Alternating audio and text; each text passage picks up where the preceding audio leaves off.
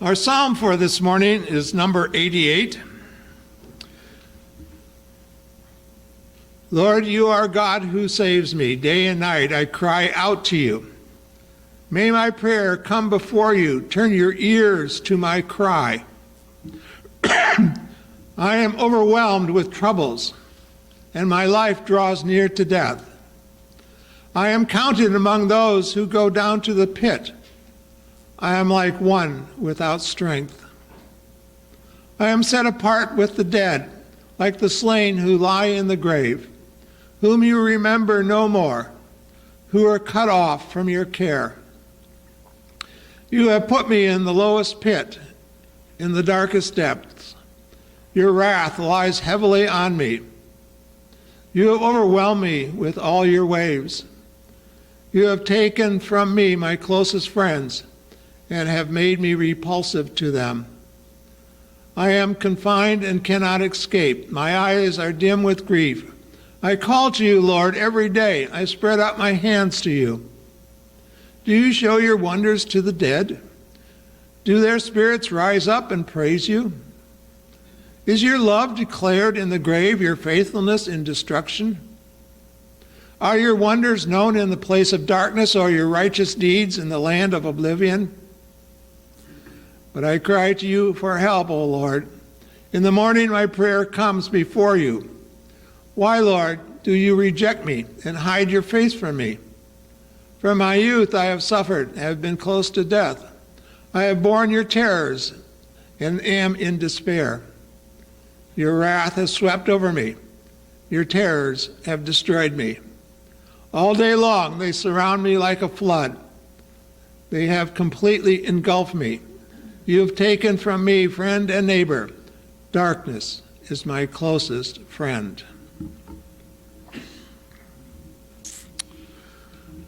Wow, isn't that uplifting? Yeah, this is the sort of passage in Scripture that is a real challenge to both congregation and preacher. Yeah. I'd like to begin, though, by a little reminiscing. Yeah. I wanted to be an engineer when I was a youngster. Yeah, just like David and Joe and Christy and Bob Gantenbein, I wanted to build things. Yeah, because I love putting things together. Yeah. The first projects I worked on was what we called forts. Yeah. This was during the Korean War. Yeah, and the Second World War was not a distant memory either by that time.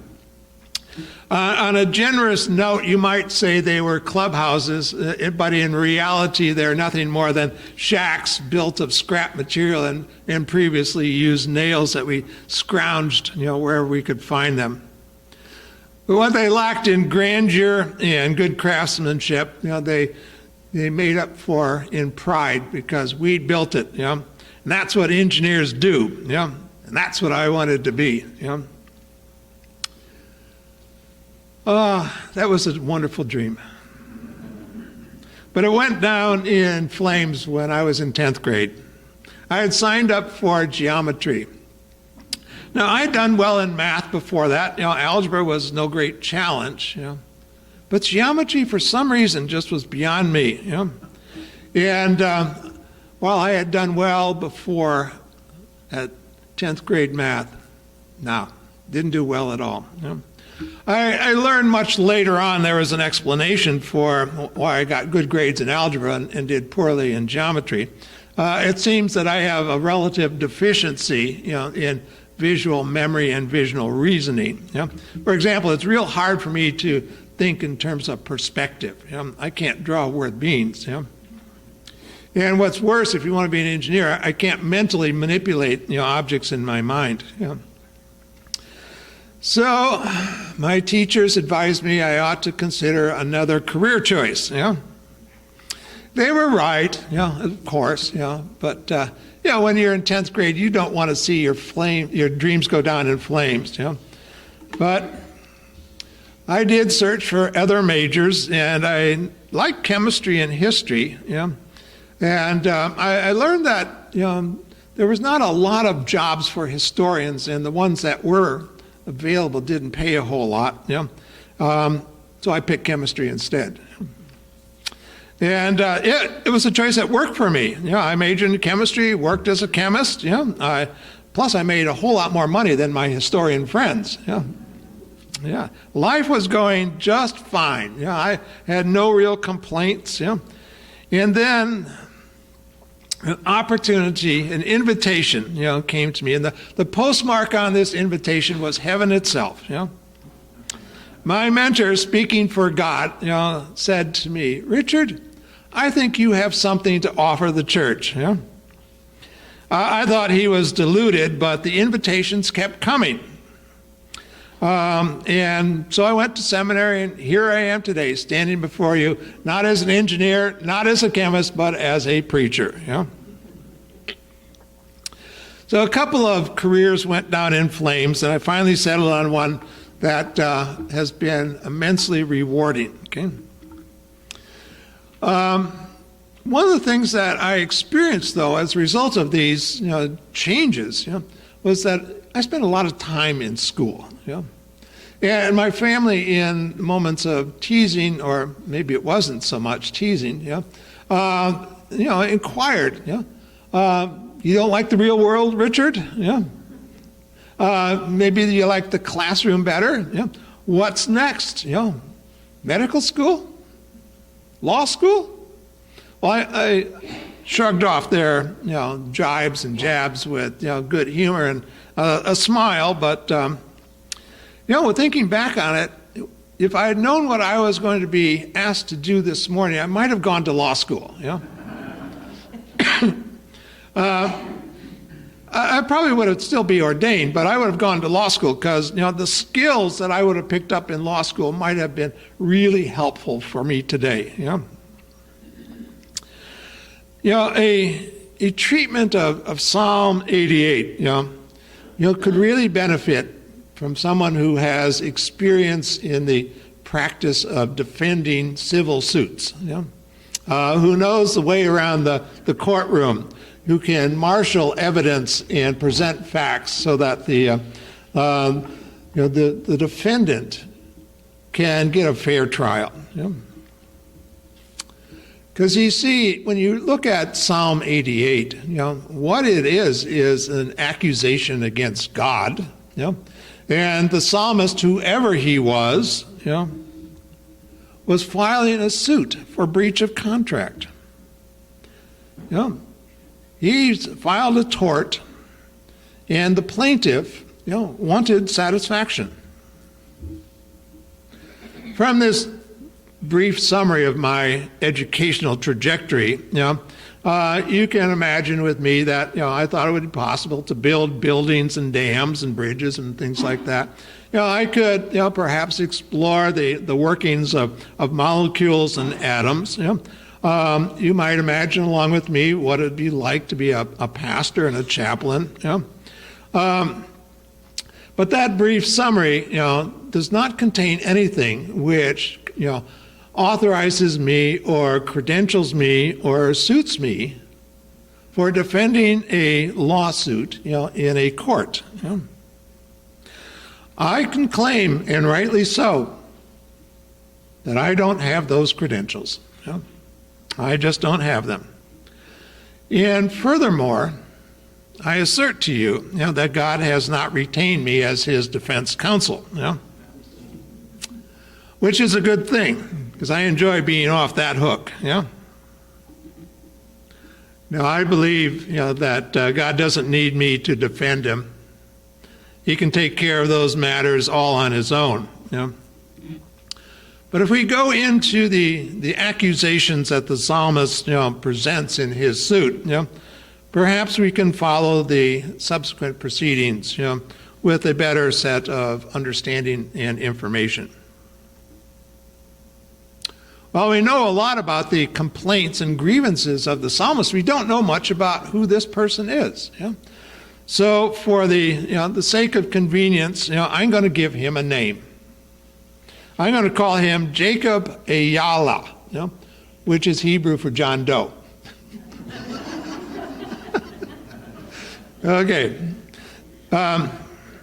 Mr. Ayala does not hold back when it comes to expressing his grievances and complaints.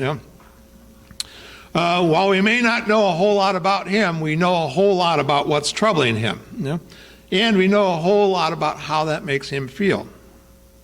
From the beginning to end, from verse 1 through 18, we find an endless sequence of angry words, from time to time dripping with sarcasm as a little extra fillip.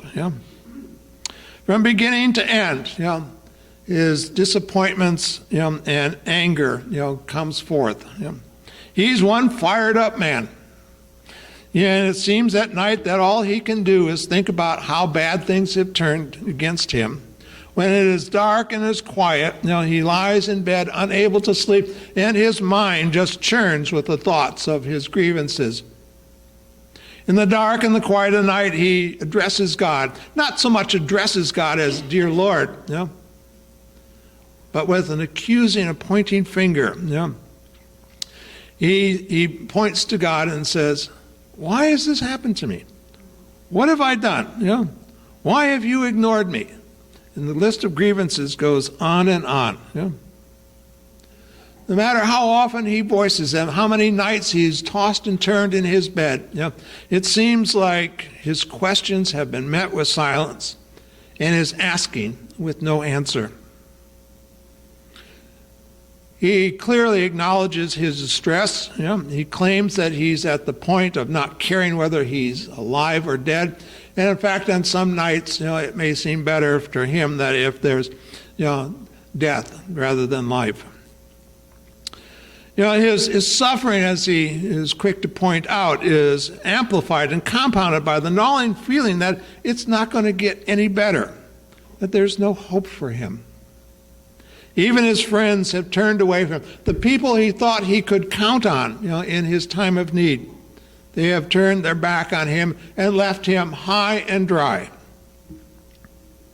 He remembers that they said disparaging things about him, that he was a hopeless case and that there was nothing to do about him, that just let him be stewing in his own juices because life must go on. Maybe his won't, but ours will. And as he remembered being rejected by them, I'm sure the gall rose in his throat. And so I can understand why he bitterly raised a finger and pointed at God and said, you did this to me. All my suffering, all my distress, all my pain, all the things that trouble me, it's because of you, God. Now, these are serious accusations, and they should not be taken lightly. But there's more. He says that he can't get a fair hearing. His friends have disappeared, and even God seems absent from his life. And he wonders what he did that was so horrible, so wrong, so bad, that he would suffer such. He can't find out what he did so he can make amends and turn it around. All he has is silence and rejection. All he knows, is that he's alone, stranded, with no one to come to his aid. His bitterness is hot. He thinks about dying, thinks about it a lot. But he even uses, the thought of no longer living, as an accusation against God.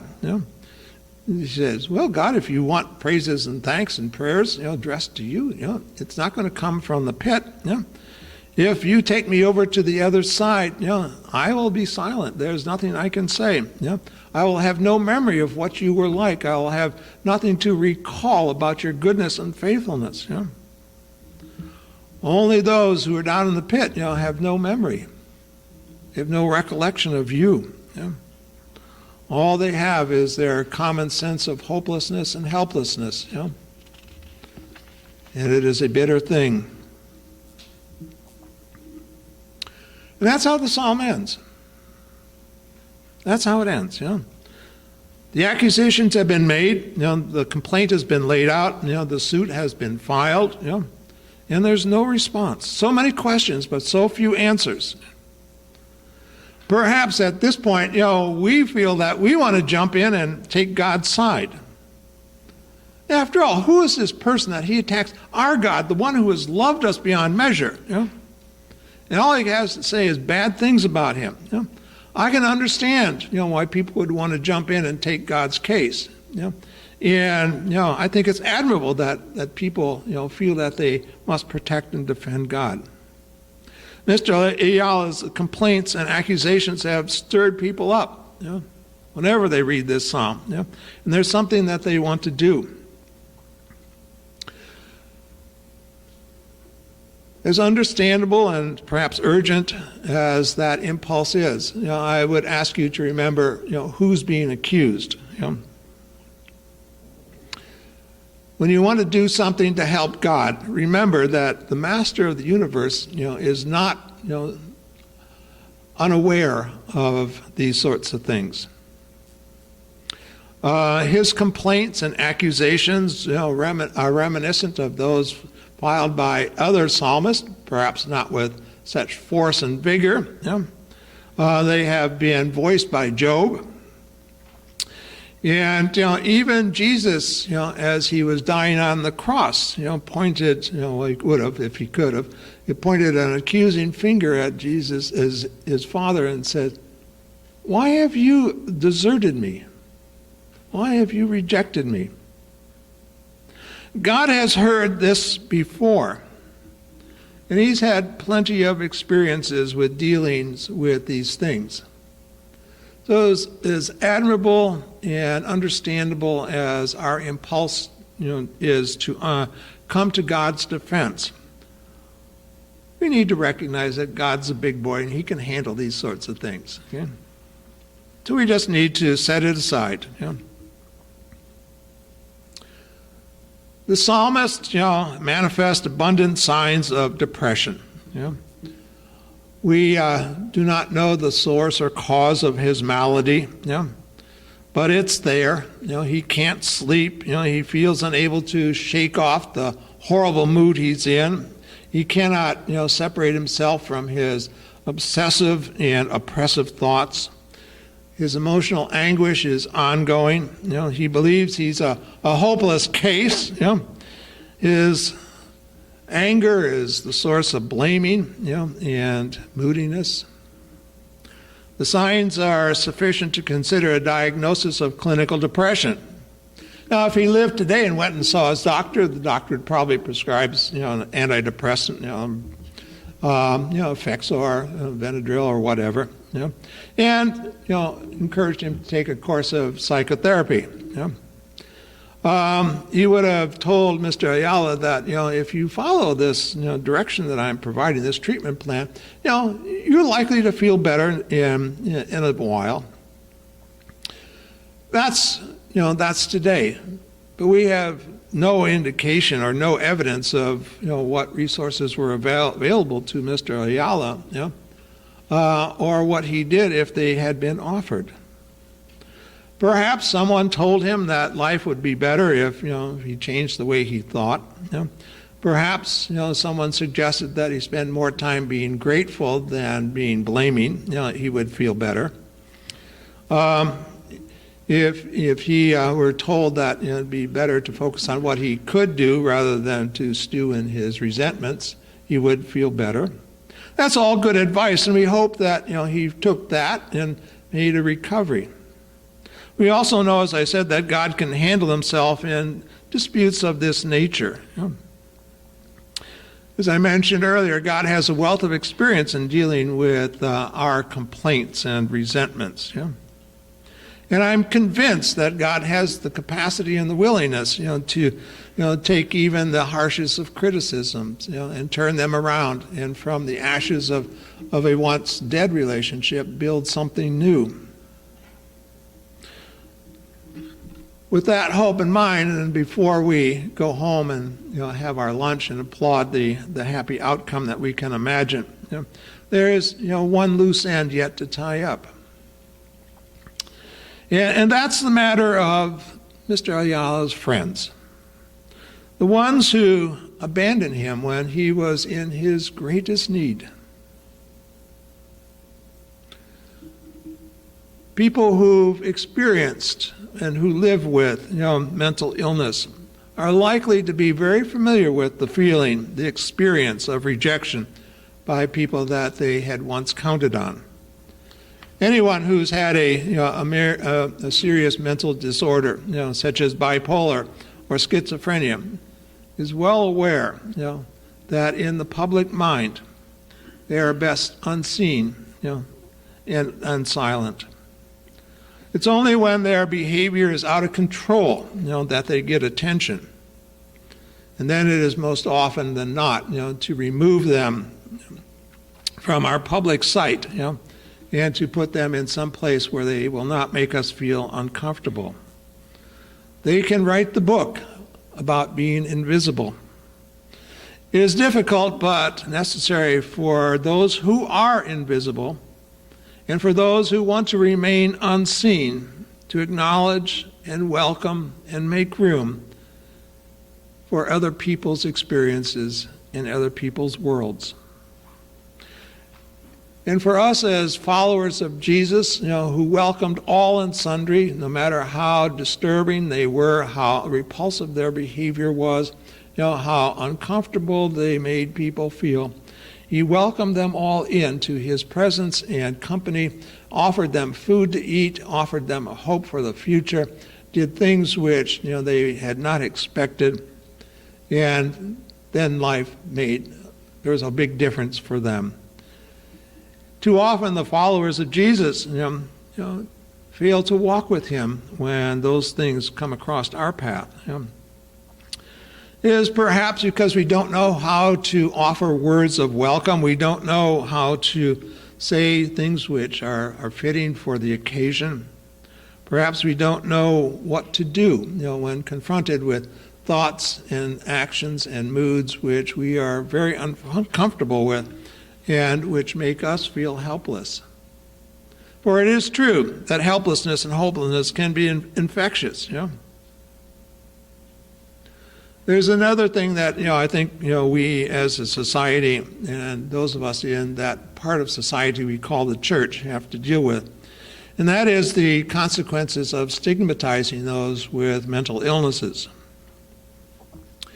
When they are deemed and called unacceptable or hopelessly different or out of the norm, and their behavior is accrued to them because of their decisions in the past, they are cast as somebody who's different in a way which is not good. The psalmist, for example, thought that his situation was beyond help and beyond hope. He was stigmatizing himself, doing to himself what others had probably already done. And all he had was his resentments and his complaints and the hope that he would be heard if he filed a civil suit. Stigmatization is a horrible consequence of being ill. It is something that we need to look at in our own hearts and see if we do bear, prejudices and biases that work against people who are ill. In closing, I have to say that there's part of me that admires the courage of our psalmist.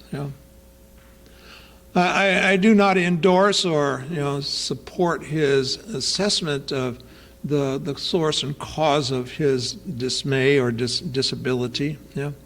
One of the things which is characteristic of a depressed mood is a distortion of how one views reality. And so I'm willing to cut him some slack and be more lenient and compassionate toward him. But I still have to say that it's pretty gutsy to take on the master of the universe with a suit calling it breach of contract. That's pretty significant. But we also know that God is deft and agile, that he can dance around all the complaints and accusations that might be thrown his way. And he can find ways to handle those sorts of situations and turn them around. God has shown that he can accomplish all sorts of wonderful things in situations where the odds seem very much against him. I think the real failures in this story, do not, hang on the silence of God, or the complaints of the psalmist. And I think the real sad thing about this psalm is the fact that he had to go through it alone. The so-called friends, they're the real failures in this story. We can make allowances for the psalmist because of his mental status. But what excuse can his friends hide behind? I hope none of us ever has to face that question. So what was your excuse? Let us pray. Gracious and holy God, no matter what our point of view is or how our feelings disturb, the way we think, in truth, you are faithful and you are loving, that your concern, does not stop at the edge of our moods, that your involvement does not cease, when everything seems dark. Lord, help us to understand ways that we can be supportive, and helpful to people who are in that dark night of the Spirit. We ask for that grace, in your Son's name. Amen. We'll continue in our prayer.